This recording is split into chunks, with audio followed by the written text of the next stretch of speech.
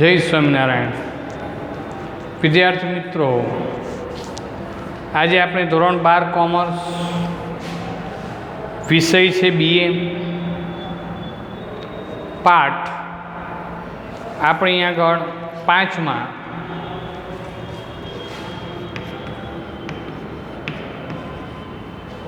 તાલીમનો અર્થ અને તેનું મહત્ત્વ વિશે ચર્ચા કરશું। તાલીમનો અર્થ આપણે જાણીએ છીએ વિદ્યાર્થી મિત્રો કે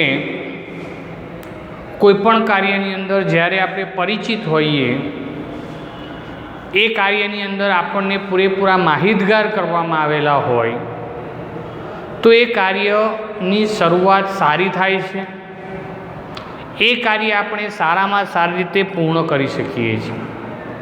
તો વિદ્યાર્થી મિત્રો, આપણે કાર્યથી પરિચિત હોવું અને કાર્યથી પરિચિત ન હોવું તો બંનેમાં કાર્ય કરવામાં ઘણો બધો ફેર હોય છે।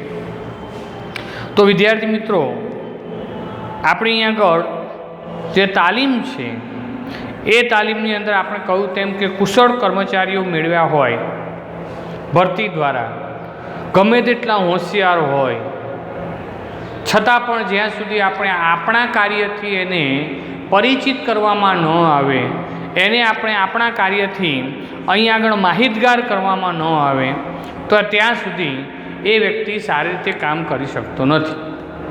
તો અહીં આગળ તાલીમ દ્વારા આપણે કુશળતા આપી શકીએ છીએ, આપણે એની કેટલીક મુશ્કેલીઓ છે મુશ્કેલીઓને દૂર કરી શકીએ છીએ।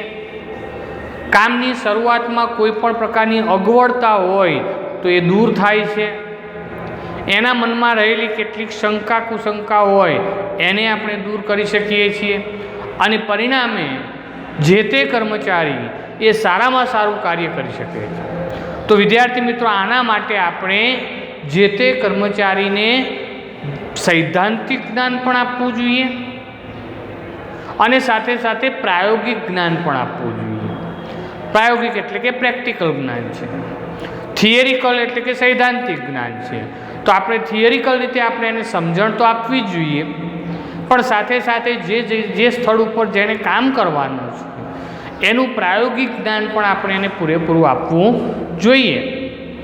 આપણી જે મશીનરી અને ટેકનોલોજી છે એ મશીનરી અને ટેકનોલોજીથી પણ તેને પૂરેપૂરો પરિચિત કરવો જોઈએ, તો જ તે વ્યક્તિ સારામાં સારું અહીં આગળ કાર્યક્રમ અનુસાર આપણે કર્મચારીને જ્ઞાન, તેની આવડત, એની બુદ્ધિ ક્ષમતા આ બધામાં વધારો કરે છે તાલીમ। અને એટલા માટે તાલીમ આપવાથી આપણે કામચલાઉ પ્રક્રિયા નથી રાખવાની, પરંતુ આ તાલીમ આપવાની પ્રક્રિયાએ આપણે જ્યાં સુધી એકમનું અસ્તિત્વ હશે ત્યાં સુધી આ તાલીમ સતત ચાલતી પ્રક્રિયા જોવા મળે છે, બરાબર। સૌ પ્રથમ આપણે વાત કરી તેમ કે તાલીમનો અર્થ આપો, તો તાલીમનો અર્થમાં આપણે બે અર્થ આપણે અહીંયા આગળ રજૂ કર્યા છે। પહેલું તો આપણે એને સરળ શબ્દોમાં કહેવું હોય તો તાલીમ એટલે કર્મચારીઓને તેમના કાર્યના સંદર્ભમાં, તેણે જે કાર્ય કરવાનું છે એની વાત છે, એના સંદર્ભમાં આપવામાં આવતું સૈદ્ધાંતિક અને પ્રાયોગિક જ્ઞાન છે। જો હમણાં જ આપણે વાત કરી એને થિયરિકલ રીતે સમજાવવાનું છે, સાથે સાથે એને પ્રેક્ટિકલ જ્ઞાન પણ એ આપણે પૂરું પાડવાનું છે, જેથી કરીને જે તે કર્મચારી એ પોતાના કાર્યમાં કુશળતા પ્રાપ્ત કરી શકે, પોતાના અહીંયા જ્ઞાનની અંદર એ વધારો મેળવી શકે છે। બીજી વાત છે, તાલીમ એટલે કોઈ ખાસ ધંધાકીય કાર્યમાં, જુઓ ધ્યાન રાખો, કોઈ ખાસ ધંધાકીય કાર્યમાં શું મેળવવા માટે? કુશળતા મેળવવાના હેતુથી આપવામાં આવતું જ્ઞાન અને શિક્ષણ, જેને તાલીમ કહેવામાં આવે છે। તો વિદ્યાર્થી મિત્રો, અહીં આગળ આપણે ભરતીની પ્રક્રિયા દ્વારા સારામાં સારા કર્મચારીઓ આપણે મેળવ્યા હોવા છતાં તેમના જ્ઞાનમાં વધારો કરવા માટે, તેમના શિક્ષણમાં વધારો કરવા માટે, તેમની આવડત અને કૌશલ્યમાં વધારો કરવા માટે તાલીમ આપવી એ જરૂરી છે. અને એટલે આપણે અહીં આગળ તેના બે અર્થ છે. 1 માર્ક્સમાં તાલીમ એટલે શું અથવા તો તાલીમનો અર્થ આપો એવું પૂછવામાં આવે છે. તો તમારે વિદ્યાર્થી મિત્રો આ બેમાંથી કોઈ પણ એક તમે લખી શકો છો. બરાબર છે? તો આ બાબત ખાસ ધ્યાન રાખો. હવે વાત છે કે તાલીમનું મહત્ત્વ. તો વિદ્યાર્થી મિત્રો તાલીમના મહત્ત્વ સાથે એક વિધાન જોડાયેલું છે. એવું કહે છે કે આ વિધાન તાલીમ એ ખર્ચાળ પ્રવૃત્તિ છે, પરંતુ તેની ગેરહાજરી એ કેવી છે? વધુ ખર્ચાળ છે. આવું વિધાન પૂછે છે તમને 2 માર્ક્સમાં કે 3 માર્ક્સમાં. તો 3 માર્ક્સમાં આ વિધાન પૂછવામાં આવે છે. તો એની અંદર પણ તમારે વિદ્યાર્થી મિત્રો શું કરવાનું છે? મહત્ત્વ જ લખવાનું છે તાલીમ. અને છેલ્લે લખી દેવાનું માટે તાલીમ ખર્ચાળ છે, પરંતુ તેની ગેરહાજરી કેવી છે? વધુ ખર્ચાળ છે. બરાબર? સારું, આપણે આગળ મહત્ત્વની શરૂઆત કરીએ. તો એનું મહત્ત્વ તાલીમ દ્વારા શું કરી શકાય? તો કે છે આધુનિક જાણકારી મેળવી શકીએ છીએ. તાલીમ મેળવ્યાથી આપણને અત્યારે હાલની પરિસ્થિતિમાં અહીંયા ધંધાકીય એકમોની અંદર શું ચાલી રહ્યું છે, નવી કઈ ટેકનોલોજી આવી છે, એ અંગે આપણને પૂરતા પ્રમાણમાં જાણકારી મળે છે. અત્યારની જે ટેકનોલોજી, યંત્રવત સાધનો, એનાથી આપણે પૂરેપૂરા આધુનિક જાણકારી પ્રાપ્ત કરી અને હાલની પરિસ્થિતિને આધીન આપણે સજ્જ રહી શકીએ છીએ.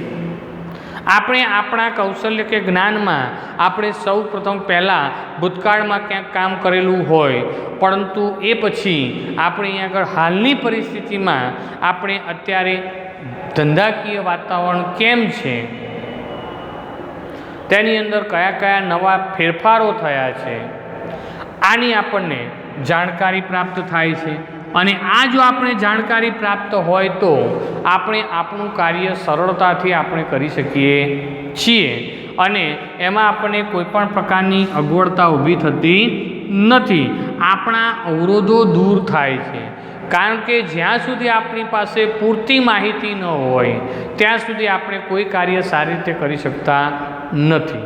અને એટલા માટે આધુનિક જાણકારી આપણને તાલીમ દ્વારા મળે છે.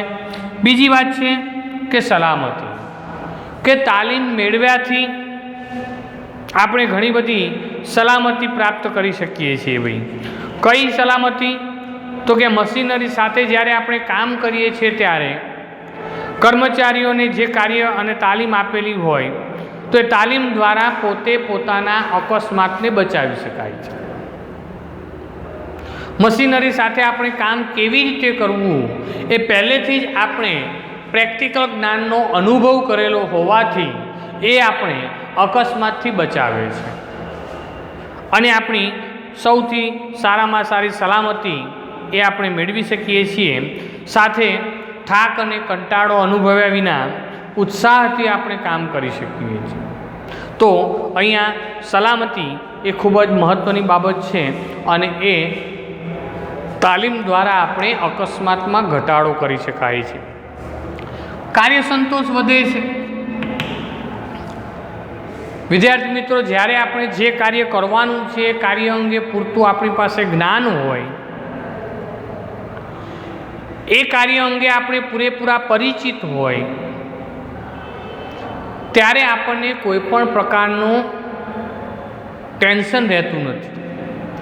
કામ કરવામાં આપણને કોઈ પણ પ્રકારનું અહીં આગળ આપણને અમૂંઝવણ રહેતી નથી અને એ મૂંઝવણ ન રહેતી હોવાથી આપણે કામ ઉત્સાહથી અહીંયા કરી શકીએ છીએ અને જે કામ કર્યું છે એ કામ કર્યા અંગેનો સંતોષમાં પણ વધારો થાય છે. કારણ કે આપણે જે કામ કરીએ છીએ બધું જ કાર્ય કેવું હશે? સંપૂર્ણ સચોટ અને ચોક્કસ કાર્ય થયું હશે. પહેલેથી આપણે કામ કેવી રીતે કરવું એ અંગે આપણે જાણીએ છીએ અને પછી આપણે એ કામ કરવાનું હોય ત્યારે એ કામ આપણે સચોટતાથી અને ચોક્કસ કામ થયેલું જોવા મળશે. અને એટલા માટે અહીં આગળ આપણે આપણા થયેલા કાર્યમાં સંતોષમાં વધારો થાય છે. જ્યારે આપણે કામ પૂરું કરીએ અને સફળતાપૂર્વક કામ પૂરું થાય ત્યારે આપણા સંતોષમાં વધારો થતો જોવા મળે છે. ચોથી બાબત છે કર્મચારી ફેરબદલીમાં ઘટાડો થાય છે. જુઓ, મજૂર ફેરબદલી કહેવાય, કર્મચારી ફેરબદલી કહેવાય, એક જ છે. મજૂર ફેરબદલી દરમાં દર ઘટે છે. એનો મતલબ શું થયો ભાઈ? તો એમ કહે છે કે જ્યારે આપણે જે સ્થળે કામ કરવાનું છે એ અંગે આપણને પૂરતી માહિતી મળી હોય, તે અંગે આપણને માર્ગદર્શન આપવામાં આવ્યું હોય, આપણે પૂરતા પ્રમાણમાં એનાથી પરિચિત હોય અને એ કામ જ્યારે આપણે કરવાનું હોય ત્યારે કામ કરવામાં કંટાળો આવતો નથી. એ કામ આપણે સરળતાથી કરીએ છીએ. એ કામ અહીં આગળ આપણે સંતોષપૂર્વક કરીએ છીએ અને પરિણામે આપણે પછી નોકરીમાં મુશ્કેલી ન હોવાના કારણે, કામ અંગે અવરોધો ન હોવાના કારણે આપણે લાંબા ગાળા સુધી ત્યાં આગળ નોકરી કરીએ છીએ અને આ લાંબા ગાળા સુધી આપણે ત્યાં આગળ આપણા જ્ઞાન અને કૌશલ્યમાં વધારો થયેલો હોવાથી ક્યારેક આપણને બઢતી પણ મળે છે. અને આમ અહીં આગળ આપણે તાલીમ પામેલ કર્મચારી વધુમાં વધુ કાર્યદક્ષ હોવાના કારણે અને આર્થિક લાભ મળતા, વધારે આર્થિક લાભ મળતા હોવાના કારણે આપણે એકમ છોડીને જવાનું વિચારતા નથી અને લાંબા ગાળા સુધી આપણે આગળ કાર્ય કરવા માટે આપણે તત્પર હોઈએ છીએ. અને એટલે એમ કહેવાય કે મજૂર ફેરબદલી દરમાં ઘટાડો થાય છે કે મજૂરોની આવન જાવન છે એનો દર છે કે અમુક નોકરી છોડીને જતા રહેવું, નવા કર્મચારીની નિમણૂક કરવી, આ અંગેનો જે રેશિયો છે એ ઘટે છે અને લાંબા ગાળા સુધી આપણને સારા અને અનુભવી કર્મચારી વર્ગ મળી રહેતો હોય છે. નફામાં વૃદ્ધિ. જો આવા ઘડાયેલા, કેળવાયેલા આપણી પાસે કર્મચારી હોય તો એ કર્મચારીઓના કારણે આપણા નફામાં શું થાય? હંમેશા વૃદ્ધિ થાય છે. કારણ કે કામ કરવામાં, ઉત્પાદનમાં માલનો બગાડ થતો નથી.